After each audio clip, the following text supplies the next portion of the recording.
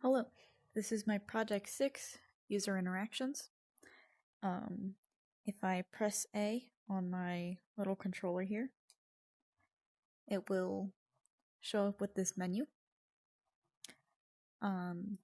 These will play sounds, so I have some dogs barking, and it will stop when it gets to the end. I can also start the animation for the dog.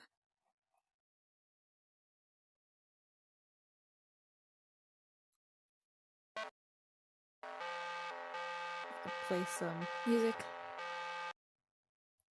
If I go over here, I have this colors menu. I can pick up an object. This is what I've been using for testing. And touch it to a color and it will change that color.